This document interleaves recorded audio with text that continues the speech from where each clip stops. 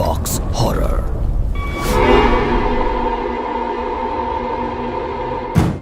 जब बुरा वक्त आता है तो कायनात हमें छोटे छोटे इशारे देती है।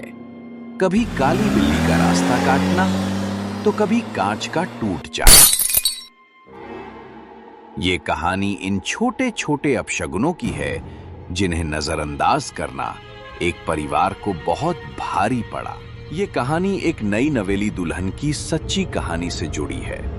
जब उसकी शादी की सबसे पवित्र निशानी, उसका मंगलसूत्र, कंचिता के लिए एक श्राप बन गया। ये कहानी आपको कुछ सोचने पर मजबूर कर देगी। उत्तर प्रदेश के एक छोटे से गांव की कंचिता की शादी मुंबई में रहने वाले रितेश के साथ हुई थी।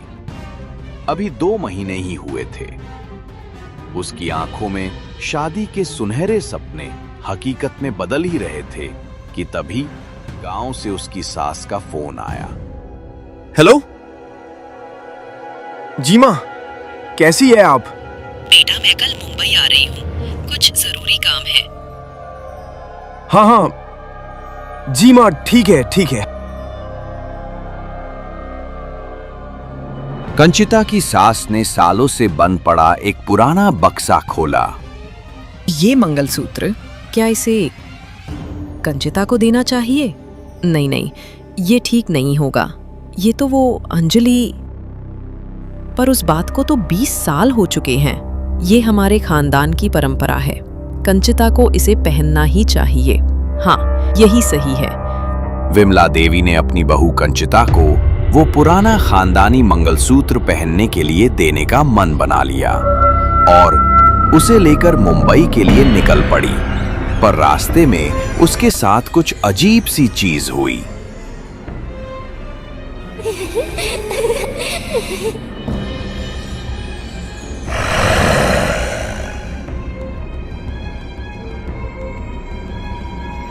ऐसा क्यों लगा कि कोई मेरे आसपास है?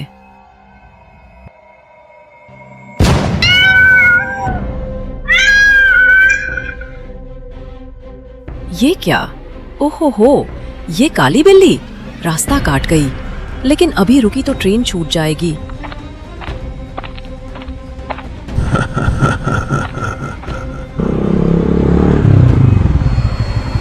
विमला देवी ट्रेन के डब्बे में जाकर बैठ गई। लेकिन ट्रेन के डब्बे में 1-2 लोग ही थे, वो भी कुछ अजीब से।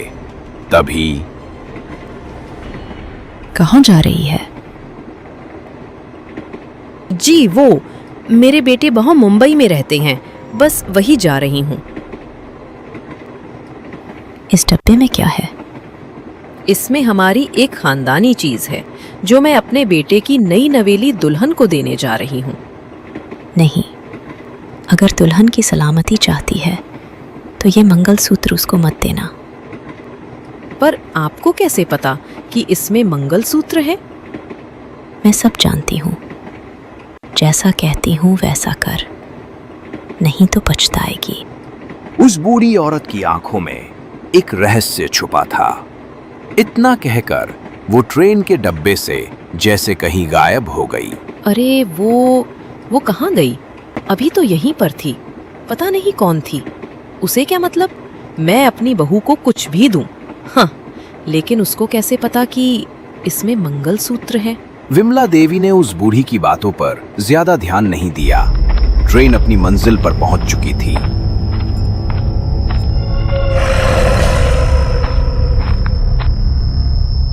बहू, ये लो, ये हमारा खानदानी मंगलसूत्र है। जब भी कोई नई दुल्हन घर में आती है तो उसे ये मंगलसूत्र दिया जाता है। अब इस परंपरा को तुम आगे बढ़ाओ। माँ जी, ये मंगलसूत्र तो बहुत सुंदर है। कितना पुराना डिजाइन है। ऐसे डिजाइन के मंगलसूत्र अब कहाँ मिलते हैं? कंचिता ने जैसे ही उस मंगलसूत्र को छुआ, दीवार पर लगा कंचिता और रितेश का फोटो नीचे गिर गया। ये कैसी आवाज थी? क्या गिरा? अरे, ये फोटो नीचे कैसे गिरा? हवा होगी शायद। बहू, तू इसे पहन लेना, अब मैं चलती हूँ। थोड़ी देर में मेरी ट्रेन है, मुझे अभी निकलना होगा। उस मंगलसूत्र को छूते ही कंचिता को एक अजीब सी ठंडक महसूस हुई, लेकिन सास का मान रखने के लिए कंचिता ने उस मंगलसूत्र को गले में पहन लिया। और उसी रात से घर में खौफ का वो खेल शुरू हो गया जो किसी भयानक सपने से कम नहीं था। उसी रात 12 बजते ही कंचिता की आंख अचानक से खुली तो ये कमरा इतना ठंडा क्यों है? बाहर मौसम तो काफी गर्म है, फिर मुझे इतनी ठंड क्यों लग रही है? तभी रात के अंधेरे को चीरते हुए किसी औरत की सिसकियां कंचिता के कानों में पड़ी। कौन रो रहा है यहाँ? ये किसके रोने की आवाज है? और ये चमेली के फूलों की खुशबू ये कहाँ से आ रही है? कौन है? कौन है यहाँ? कौन रो रहा है? रितेश उठो उठो, देखो कमरे में कोई है। क्या हुआ कंचिता, क्या हुआ? इतनी रात को तुम जाग क्यों रही हो? रितेश, कमरे में कोई है, देखो किसी के रोने की आवाज आ रही है, जैसे कोई यहाँ रो रहा है, कोई औरत। नहीं तो मुझे तो किसी की कोई आवाज नहीं आ रही है। क्या तुम्हें कोई आवाज नहीं आ रही है? पर अभी तो किसी की आवाज आ रही थी यहाँ, किसी औरत की रोने की आवाज। ओहो कंचिता, तुम सो जाओ और मुझे भी सोने दो। कोई सपना देखा होगा तुमने। कंचिता भी मन का बहम समझकर सो गई, पर उसी पल से ये सिलसिला शुरू हो गया। कंचिता जब भी घर में अकेली होती, उसे लगता कि कोई उसके पीछे चल रहा है। कभी रसोई में काम करते हुए उसे अपनी गर्दन पर किसी की ठंडी सांस महसूस होती, तो कभी अचानक से किसी के भागते कदमों की आहट।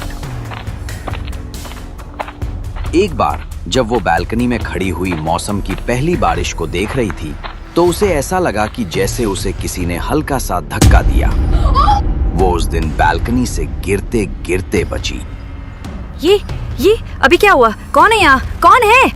मुझे अभी किसी ने धक्का दिया, पर यहाँ तो कोई नहीं है।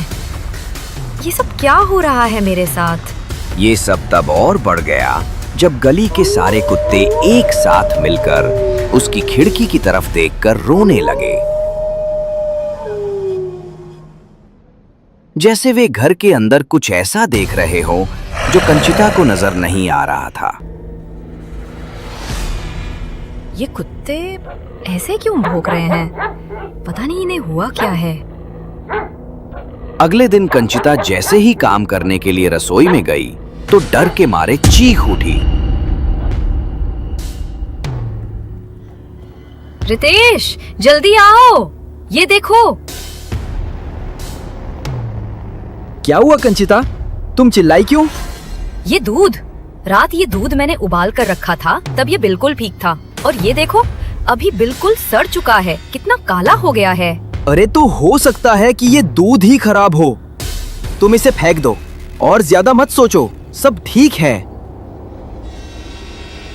ठीक उसी शाम जब कंचिता नहाने के लिए बाथरूम में गई, तो वहां उसे ऐसा महसूस हुआ जैसे उसके आसपास कोई है और उसे देख रहा है। अचानक शावर से काला पानी आने लगा।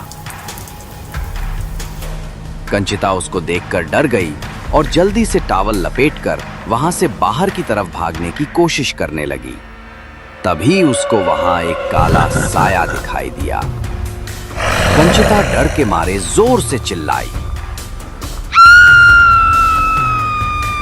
उसके चिल्लाने की आवाज सुनकर रितेश भागकर बाथरूम की तरफ आया तो देखा कि कंचिता एक कोने में बेहोश पड़ी हुई है। कंचिता, क्या हुआ था तुम्हें? तुम बेहोश कैसे हो गई थी? वो वहाँ कोई था, रितेश, कोई था वहाँ, एक काला साया। काला साया? तुम्हारी तबीयत तो ठीक है ना? फिर से बहकी बहकी बातें कर रही हो। हुआ क्या है तुम्हें? तुम अभी आराम करो। मुझे लगता है तुम्हारी तबीयत ठीक नहीं है। हम बाग में बात करते हैं। रितेश ने कंचिता को समझाकर सुला दिया। कंचिता जब उठी तो अपने आप को आईने में देखने लगी। अचानक उसे आईने में एक भयानक साया दिखाई दिया। वो डर से कांप गई। उसने पीछे मुड़कर देखा तो वहां कोई नहीं था। शायद मेरा वहम होगा। कंचिता को लगा कि उसका वहम होगा। तभी उसे अपनी पीठ पर कुछ दर्द का एहसास होने लगा।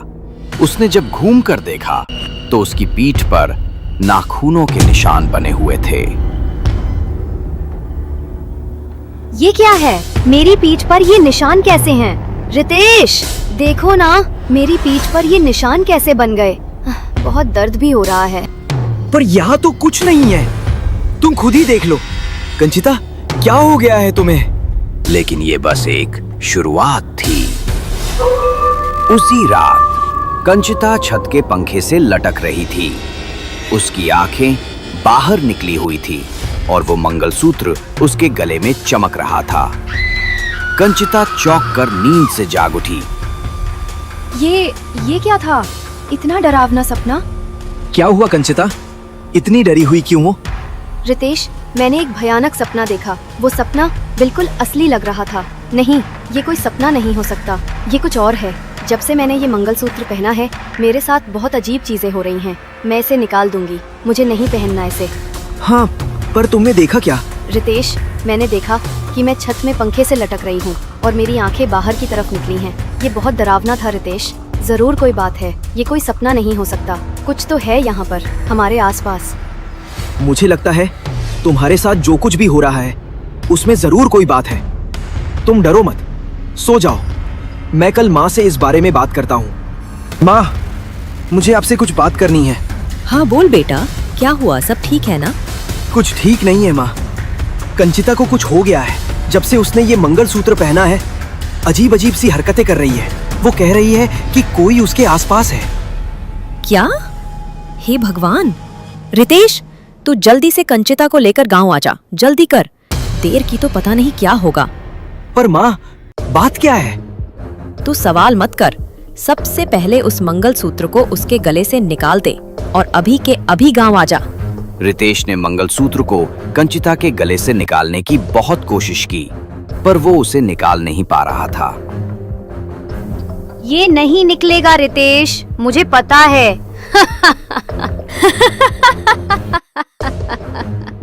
क्या हुआ तुम्हें? तुम ऐसे हंस क्यों रही हो? कौन, मैं? नहीं तो। चलो ना, गांव चलते हैं, वहाँ मजा आएगा। मैं तो कब से वहाँ जाना चाहती थी। अब कंचिता की हरकतों को देखकर रितेश कुछ सहम गया था। उसने जल्दी से गाड़ी निकाली और दोनों गांव के लिए चल पड़े। जैसे ही वे घर से कुछ दूर चले, तेज कड़क के साथ बारिश शुरू हो गई और तभी एक काली बिल्ली उनकी गाड़ी के सामने आ गई। अरे, ये तो काली बिल्ली है। माँ कहती है काली बिल्ली का रास्ता काटना ठीक नहीं होता। ये बिल्ली मुझे गांव जाने से रोक नहीं सकती। चली जा यहाँ से, मेरे रास्ते की रुकावट मत बन। ये कंचिता को हुआ क्या है? कैसी बहकी बहकी बातें कर रही है? रितेश कंचिता को लेकर गांव पहुंच गया और अपनी माँ से सारी बात बता दी। रितेश, रात बहुत हो गई है, सब ठीक हो जाएगा। तुम दोनों अभी सो जाओ, मैं तुम्हें कल सब बता दूंगी। रितेश और कंचिता सोने के लिए चले गए। कंचिता सोने की कोशिश करने लगी, पर उसको नींद नहीं आ रही थी। तभी उसकी नजर कमरे के बाहर एक पुरानी हवेली पर पड़ी। कंचिता बिस्तर से उठकर खिड़की के पास गई और उस हवेली को एक टक देखने लगी। उस हवेली पर सालों से अंधेरे और खामोशी का कब्जा था। वो हवेली कंचिता को जैसे अपनी तरफ खींच रही थी। उसने कमरे का दरवाजा खोला और उस हवेली की तरफ चल पड़ी। सुबह जब रितेश की आंख खुली तो उसने देखा कि कंचिता उस पुरानी हवेली के बाहर बेहोश पड़ी हुई थी। कंचिता, कंचिता उठो! क्या हुआ तुम्हें? मैं यहाँ कैसे आई? मैं तो अपने कमरे में सो रही थी ना। क्या हुआ कंचिता? तुम यहाँ क्या कर रही हो? पता नहीं रितेश, मुझे कुछ याद नहीं है। तुम चलो मेरे साथ। माँ, ये सब क्या हो रहा है? जब से कंचिता ने ये मंगलसूत्र पहना है, ये बड़ी अजीब अजीब सी हरकतें कर रही है। पर आज तो हद हो गई। कंचिता उस पुरानी हवेली के बाहर बेहोश पड़ी थी। क्या? पुरानी हवेली के बाहर? नहीं नहीं, ये ठीक नहीं है। पर माँ जी, क्या हुआ? क्या ठीक नहीं है? मुझे डर लग रहा है। कल रात मैंने सपने में खुद को एक पंखे से लटका हुआ देखा और उसके बाद पता नहीं मैं कैसे उस हवेली के बाहर पहुँच गई। बहू, ये ठीक नहीं हुआ। मैं अभी आती हूँ, तुम चिंता मत करो, सब ठीक हो जाएगा। रितेश की माँ जल्दी से घर से बाहर भागी और गांव के एक पंडित के घर पहुंच गई। पंडित जी, जल्दी चलिए, नहीं तो अनर्थ हो जाएगा। क्या हुआ विमला? इतनी क्यों घबराई हो? आपको तो पता है, मेरे बेटे की अभी अभी शादी हुई है।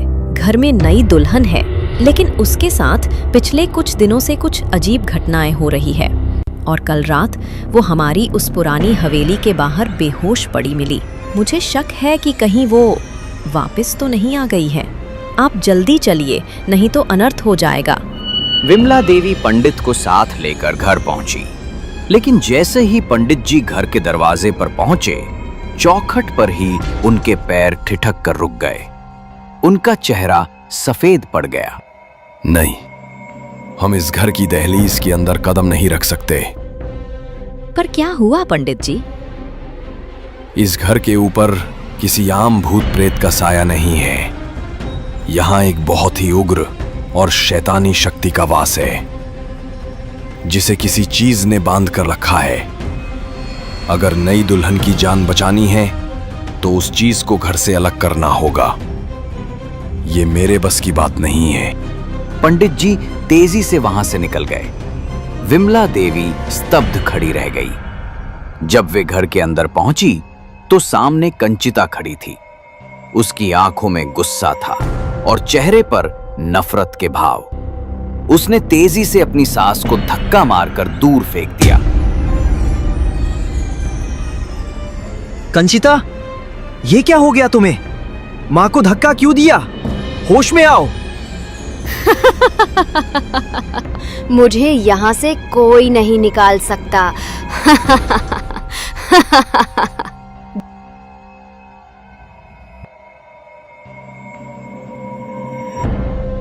कंचिता, माँ, क्या हो गया है कंचिता को? मुझे माफ कर दे बेटा, ये मेरी ही गलती है।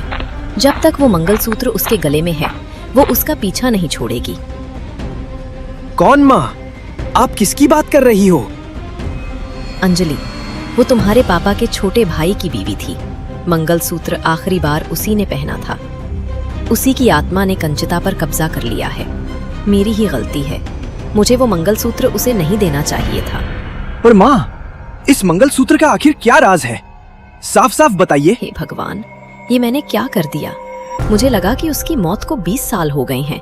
बात पुरानी हो गई है तो मंगलसूत्र कंचिता को देने में कोई हर्ज नहीं है। लेकिन मैं गलत थी। शादी के 1 महीने बाद ही हमारी उस पुरानी हवेली में अंजलि ने पंखे से लटक कर अपनी जान दे दी थी। पर उसकी मौत एक रहस्य है। कुछ लोग कहते हैं कि उसे किसी ने मारा था। मारा था? पर किसने माँ? सब बताऊंगी रितेश, पहले मुझे कंचिता को बचाना है, नहीं तो हम उसे खो देंगे। अब वही इस मुसीबत से बचा सकते हैं। उन्हें बुलाना होगा। मैं थोड़ी देर में आती हूँ। तू कंचिता पर नजर रख, वो उसे नुकसान पहुंचाने की कोशिश जरूर करेगी। थोड़ी देर में विमला देवी एक बाबा को अपने साथ लेकर आई। ये कोई साधारण आत्मा नहीं है, ये एक शैतानी आत्मा है। हमें आभास हो रहा है। पूरी बात बताओ, किसकी आत्मा है ये? बाबा, मुझे लगता है अंजलि, मेरे पति के छोटे भाई की पत्नी, वही है। कंचिता ने उसका मंगलसूत्र पहना है, वो उसे निकालने नहीं देगी। नहीं, ये किसी औरत की आत्मा नहीं, ये कोई आदमी है। पूरी बात बताओ, उस मंगलसूत्र से जुड़ी सब कुछ। क्या हुआ था? बाबा, अंजलि का पति वो अच्छा इंसान नहीं था, वो एक राक्षस था। वो तंत्र विद्या और काला जादू करता था। धन दौलत के लिए और अपने कारोबार को बढ़ाने के लिए उसने एक आत्मा को बांधने का अनुष्ठान किया था, जिसमें उसने 5 नई दुल्हनों की बलि दी थी। शादी के 1 महीने बाद ही उसकी पत्नी यानी अंजलि ने पंखे से लटककर अपनी जान दे दी थी। हाँ, लोगों का मानना था कि उसी ने अंजलि की बलि चढ़ाकर उसे पंखे से लटका दिया था। और वो मंगलसूत्र, वो अंजलि ने ही आखिरी बार पहना था। जब परंपरा के अनुसार मैंने वो मंगलसूत्र उसे दिया था तो वो बहुत खुश हुई थी। इसलिए मुझे लगता है कंचिता के ऊपर उसी का साया है। नहीं, ये अंजलि नहीं है। अब बातें करने का समय नहीं बचा है। वो जाग चुका है। कहाँ है वो लड़की? बुलाओ उसे। बाबा को देखकर कंचिता जोर जोर से हंसने लगी और तेजी से पुरानी हवेली की तरफ भागी। बाबा, वो उसी हवेली की तरफ जा रही है। आओ मेरे साथ। उसके गले से उस मंगलसूत्र को अलग करना होगा।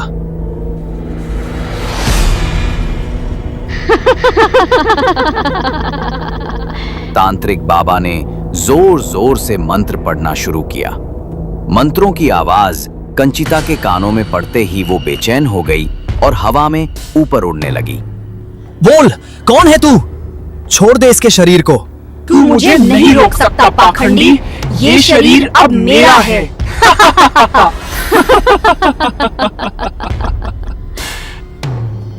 कंचिता, मेरी बात सुनो। मैं हूँ रितेश। इधर देखो मेरी तरफ। कंचिता अब मर चुकी है। जो भी इस मंगलसूत्र को पहनेगा वो मेरे हाथों मारा जाएगा। ये मंगलसूत्र मेरा है, मेरा। तू अंजलि की आत्मा नहीं है। बोल, बता, कौन है तू? तभी उन बाबा ने मंत्रों से अभिमंत्रित जल कंचिता के ऊपर छिड़क दिया।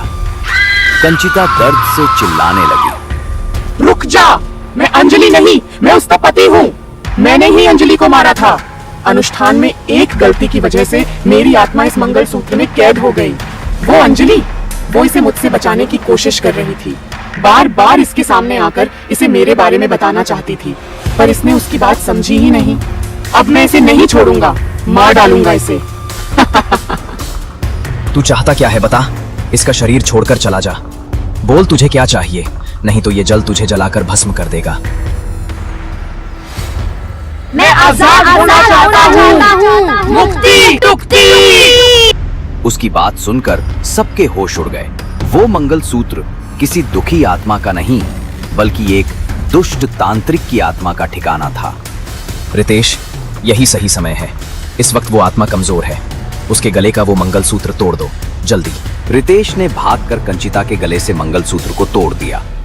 मंगलसूत्र के टूटते ही उसमें से एक काला साया निकलकर हवेली की दीवारों में समा गया और कंचिता नीचे गिर गई, बेहोश लेकिन जिंदा। अब वो बिल्कुल ठीक थी।